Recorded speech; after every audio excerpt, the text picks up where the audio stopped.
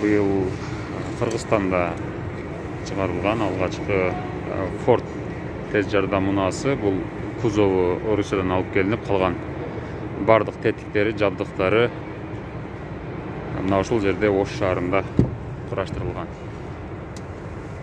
2020 жылкы Ford унаасы болду. Тез жардам унаасы.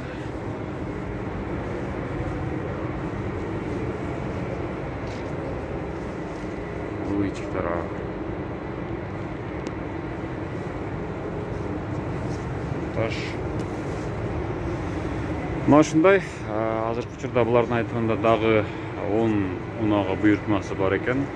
Буйрса дагы 10 даана дал ушундай Ford тез жардам унаасы чыгарылып калышы мүмкүн.